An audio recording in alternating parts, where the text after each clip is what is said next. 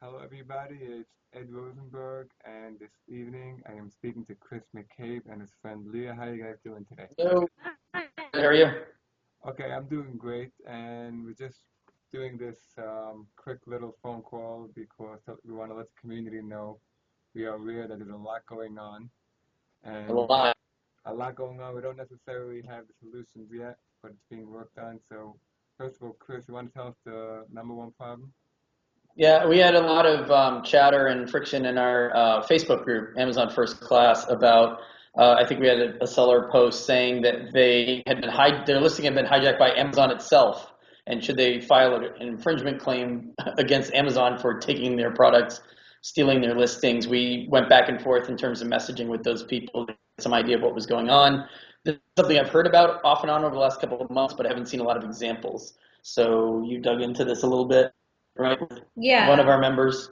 So after talking to the person that reported the hijacking, it seems like somebody else has registered their products with Vendor Express, which is a fairly new program and not something that I was particularly familiar with, other than that it existed and it was an extension of the vendor program. But so we talked to a few more people and found that to apply for Vendor Express, you don't have to provide any proof of brand ownership. So you can list any product using Vendor Express, and it seems like that is the cause, at least for the examples we're seeing, of Amazon hijacking a listing. Someone else is registered with Vendor Express Right. and is selling your products to Amazon. So essentially, people are saying somebody's selling my stuff using Amazon to do it, or I mean, they present it to us in a variety of ways. But the bottom line is it's their own stuff. It's their private label sellers. They see Amazon selling it, and they're not sure why. They see Amazon buying it from somebody else, and they're not sure why. And it explains a lot because, yeah. I mean, people were wondering where Amazon was getting the inventory from if they've never sold directly to Amazon. Right. And so now it seems to be why. Very confusing, Yeah. unless you know how some of this works. And a lot of people are getting advised by seller support, I guess, right? Yeah. If Amazon's selling your stuff and they have a legal right to do so, then you can file an infringement against Amazon. A couple of people have told me, yeah. All right, I don't like that idea at all. Do you think? I don't think. I mean, as far as I know, it hadn't helped, and I don't think that's a good idea. Do you think that's a possible? I mean, so this is actually, we got this information, well, actually the person in our group, he asked seller support and he actually got a letter from Amazon's copyright team saying that he should file a letter of infringement with them. Right. So this isn't just seller support being like, yeah, put it to another company. Right.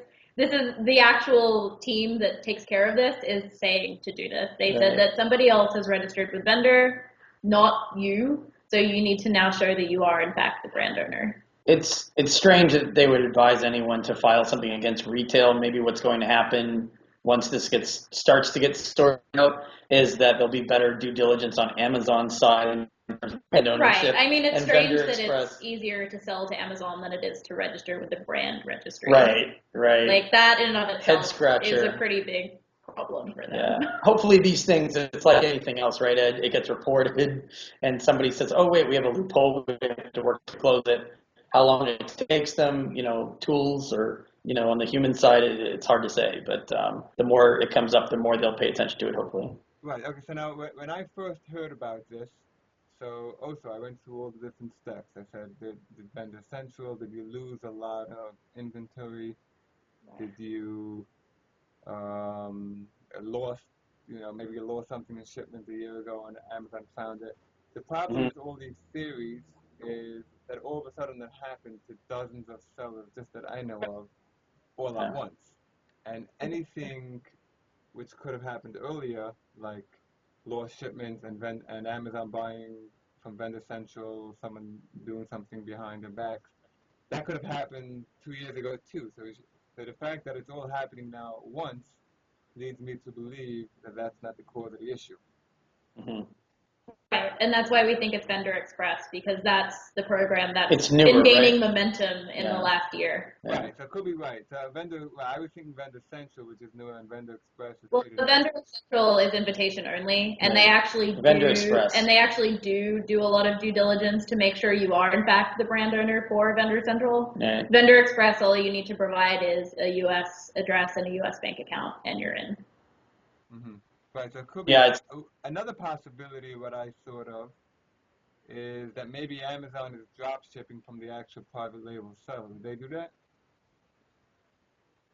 I mean, they would be losing a lot of money. yeah, I don't know. I mean, I understand this is kind of theory at this point, Right. and we're going through other sellers' experiences that we talk to, and of course, we're in the unique position where we have access to several people that we can poll or ask just the way you do, right?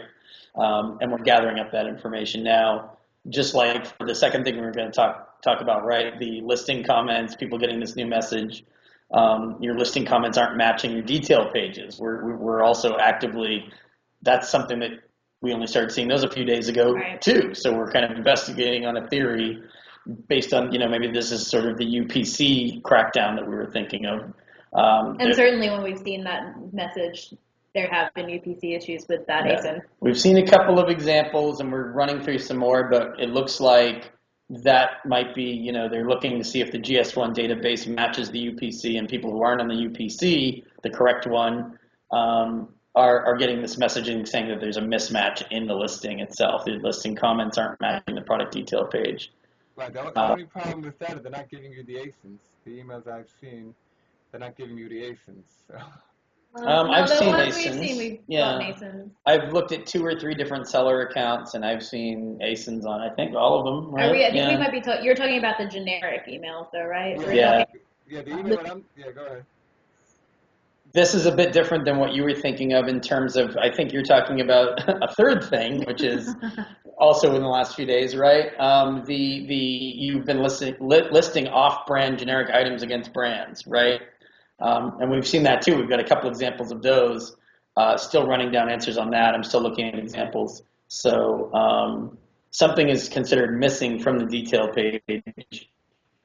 I'm not sure what brand-specific information was there before that's no longer enough, but maybe you can tell us some of what you've heard. Right, no, just what I've seen is not private label sellers, Right. and they're saying they're getting this warning that the detail page doesn't match. They listed generic goods against a branded item, which to me is another way of saying counterfeit. Yeah. Well, non-branded generic items. Back when I was at Amazon, I spent a lot of my time taking down listings when they had brand, in the title. Or they'd say like Apple-like, Samsung-like, and back in the old days, people used to do things like that. So that's what this makes me think of. But what are the odds that the UPC issue is at the heart of this other issue? I mean, the example we've seen it in, that isn't the issue. Right. So, I mean, But I'm thinking in terms of manufacturer information isn't matching up somehow, whether it's UPC or something else, with the information on the site on the detail page. They're doing this major crackdown in terms of cleaning up the catalog in this way or that way. So is it a variations issue? Is it a UPC issue? The first one we were talking about, we think it likely might be a UPC mismatch Yeah, the problem. listing comments, that seems to make the most sense in the ones that we've seen, and they have all had UPC issues. Right. Why people would be accused of selling off-brand generic items when they can easily show with invoices and supply chain documentation that many of them, health and beauty sellers, many of them are sourcing directly from the manufacturer, right from the brand. And those are the examples without a middleman. So it wouldn't make sense for them to accuse a bunch of people of that and then say, oh, your invoices look great, you're buying straight from Revlon, have a nice day, you can have all your listings back. I don't know why that would be in anyone's best interest, but still looking into it. Yeah, that definitely you got to look into it, because there's nothing to do. They're not giving you the ASINs, and it's completely not true as far as I'm taking their word. So. Could be a mistake. We saw last week they were messaging people in Chinese saying that they were reinstated, and then they were pulling that back and saying, oh, oops, sorry, you're resuspended. Which I want to touch on that. Do we have another minute or two? Yeah, go ahead. The Chinese reinstatement. Yeah, oh yeah. A lot of people read about it. The CNBC piece. Long story short, no matter where you were in the appeals process, the plan of action process, you could have been at the end of that process, and then all of a sudden you're back at square one because obviously they resuspend you. They said to just about everybody, you didn't provide us with a viable plan of action. Many people, I'm sure, were sending in a wonderful plan of action. but they were pushing you way back to the beginning. You even got an appeal button. It may have hastened people, that 17-day period they give you to appeal, right? If they accidentally reinstated you way before the 17 days, and then they're telling you you didn't submit the viable plan and they're blocking you, not suspending you, then you didn't even have those 17 days to appeal. They're already pushing you to account closure, and you're appealing from that position of weakness. So some sort of tool snafu, I don't know if it's human, technical, or both. Maybe that helps to explain some of these other things that weren't quite baked. They were half baked and they went out and got into the pipeline, and there's a lot going on. Maybe they had deadlines on these things. Maybe they had certain Q4 related deadlines and they just rolled them out and they weren't ready in their glitches. I'm not sure. We're gathering as much kind of commentary and experiences from people as we can. That was like cool what they did. I know. It happened a year ago, last September 2015. There were many, many accounts. Maybe you knew some people yourself who were reinstated accidentally, and then they resuspended them again. So this is not the first time it's happened. It's the first time it's happened in Chinese. So first time for everything, It felt like an episode of 24, like just the Chinese. Well, it's tough if it's not your alphabet, I mean, maybe if they do it in French next time. Some people took French in school. You can read, try to figure out what it says. Thankfully, there's Google Translate. Google Translate, yeah. We live in that world, so. Right. I wonder if it has anything to do with Trump. I don't know. Let's not get One final question, because I think I meant to ask you this a few times. I mean, I know you worked at Amazon, so. Yep. I actually have two questions. One question is, like, these suspensions, what percent of suspensions, if you can tell me, I don't know if you're allowed to tell me, happen by someone pushing the button, and what percent happens by a robot? Okay, so let's just, and we probably talked about it before. I mean, when it comes to, it depends on how you're doing. I mean, when it comes to suspension, there's algorithms, there's automated, there's the whole parts per million discussion we could have, which is, buyer complaints turning into automated warnings for certain ASINs. But let's see out of the manual investigation side. Account reviews are people. Manual investigations are people. At that point, you've received enough warnings, enough annotations, you've been flagged enough times for a person to review your account and make the decision that you warrant a suspension or not. So we can discuss, how much automation goes into the build up to that. The bottom line is you've surfaced too many times on their radar screen, whether it's automated or not, but you're asking about the actual suspension action.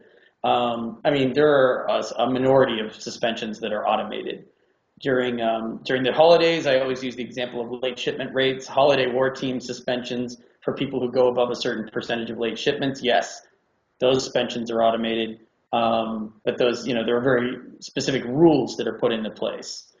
They err on the side of having people actually look at things over, there's a lot of this sort of misconception that it's all robots, it's all algorithms.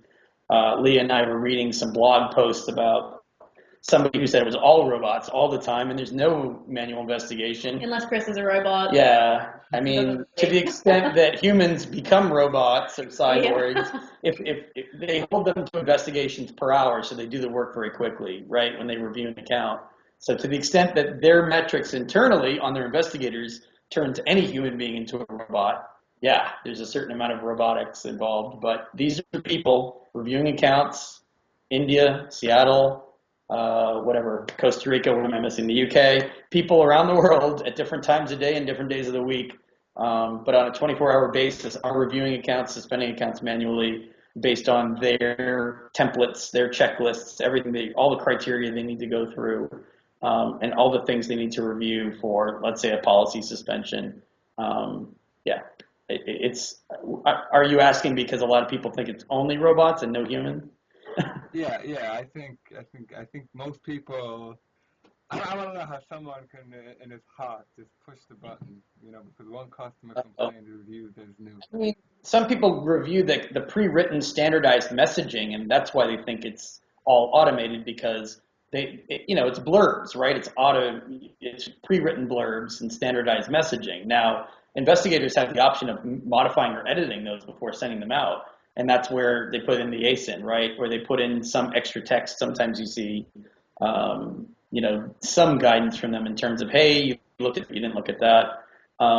Others just send the standardized pre-written messaging. So canned responses look like it's only robots, but it's a person deciding to send a standardized pre-written message.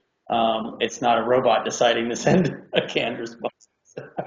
Right. Hope that makes sense. Yeah. Yeah, it makes, been around now, hanging around here. Right. So yeah, it does sort of make sense. So yeah, I guess we'll leave it at that. So Chris and Leah, that was really fun. I really appreciate it. We're up in Vancouver right now all week working on some products that we can get into people's hands, which will make communicating with Amazon 10 times easier, and give sellers, things that they can use to communicate better than they have in the past, but also how to anticipate things like an investigator at Amazon reviewing things 10 times faster than they thought they would.